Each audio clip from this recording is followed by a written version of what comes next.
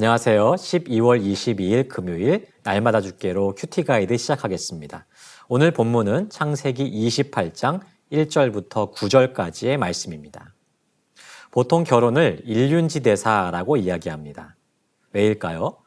결혼은 남녀 두 사람이 서로 하나가 되는 아주 중요한 시간이기 때문이에요. 지금껏 다른 곳, 다른 환경에서 완전히 다르게 살아오던 두 사람이 사랑으로 하나 되어서 가정을 꾸립니다. 이는 곧 그 사람의 삶을 완전히 뒤바꿔 놓는 일이기 때문에 결혼은 매우 중요한 일인 것이죠. 또한 결혼은 결혼 당사자뿐만 아니라 부모에게 있어서도 중요한 일입니다. 오랫동안 사랑으로 품고 양육해왔던 자녀가 이 자신의 품을 떠나서 새로운 출발을 해야 되는 일이기 때문에 부모에게 있어서도 결혼은 매우 중요한 일이죠.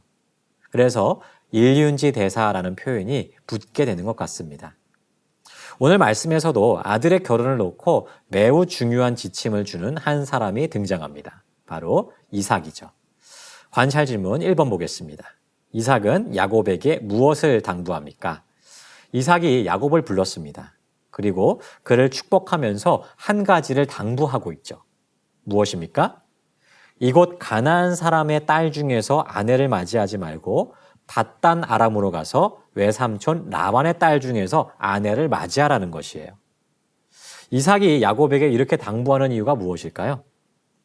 지금은 아브라함으로부터 시작된 하나님의 나라가 이삭으로 이어져서 이제는 야곱으로 넘어가는 아주 중대한 상황입니다. 그런데 지금 하나님 나라에 있어서 가장 중요한 것은 무엇일까요? 바로 믿음의 세대 계승이에요.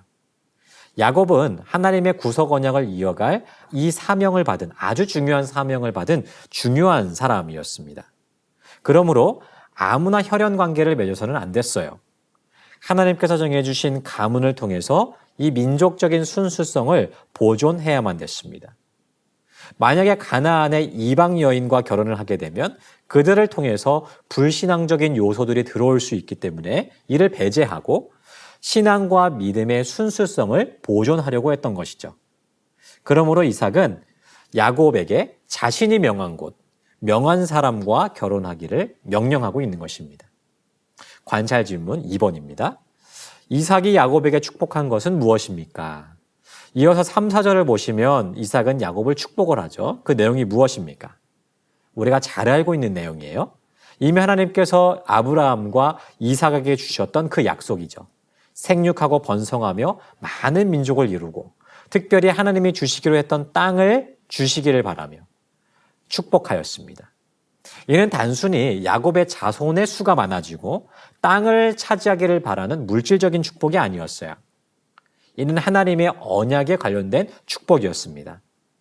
아브라함으로부터 시작된 하나님의 나라가 이삭을 거쳐서 야곱에게로 이어지고 그 후손들을 통하여서 계속 이 하나님의 나라가 이어져 나가기를 기대하는 사명과 축복의 말씀을 주고 있는 것입니다. 이를 통해서 우리가 알 수 있는 것은 이삭 역시도 이제는 야곱이 자신을 이어갈 장자권을 가진 아들인 것을 인정하고 있는 것입니다. 이제 야곱은 명실상부하게 아브라함과 이삭을 이어서 하나님의 나라를 계승해갈 장자로서 인정받고 있는 것이죠.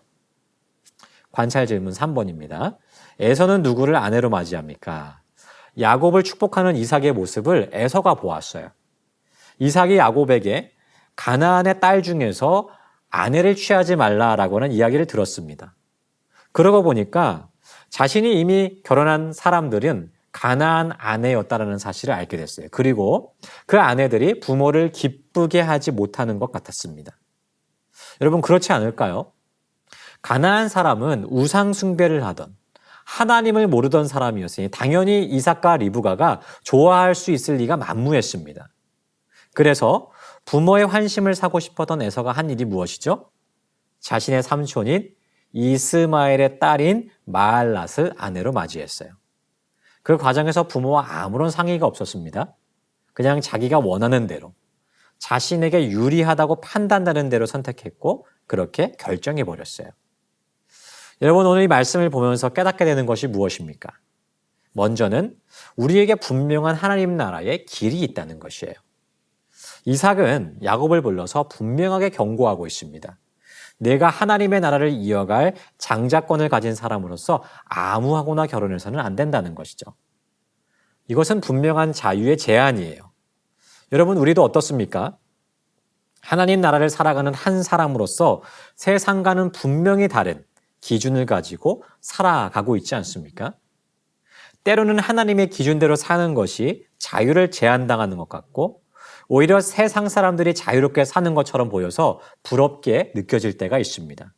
하지만 여러분, 여기서 우리가 분명히 기억해야 될 것은 무엇이냐면 하나님의 백성이 가지고 있어야 될 분명한 삶의 기준이 있고 우리는 그 기준대로 살아가야 되는 사람들이라는 것이에요. 여러분, 에서의 모습을 한번 보십시오. 자기 뜻대로, 자기가 하고 싶은 대로 살아서 좋아 보이시나요? 편해 보이십니까? 그렇지 않습니다. 자기 욕심대로, 자기가 원하는 뜻대로 사는 이 모습이 조금은 불편하게 다가오시지 않나요? 사랑하는 여러분, 우리는 거룩하신 하나님의 뜻을 따라 부름받은 거룩한 사람들이에요. 그러므로 우리는 그 거룩한 길을 따라 사는 사람들이어야만 됩니다. 이것이 곧 하나님 나라 백성의 길인 것이죠. 우리가 그렇게 살아갔을 때 지금껏 하나님의 나라를 이루었던 많은 신앙의 선배들과 같이 앞으로도 더욱 든든하게 하나님의 나라를 세워갈 수 있게 될 줄 믿습니다. 이 사실을 기억하면서 더욱 거룩하고 정결하게 주님의 나라를 세워가는 우리 모두가 되기를 주님의 이름으로 축복합니다.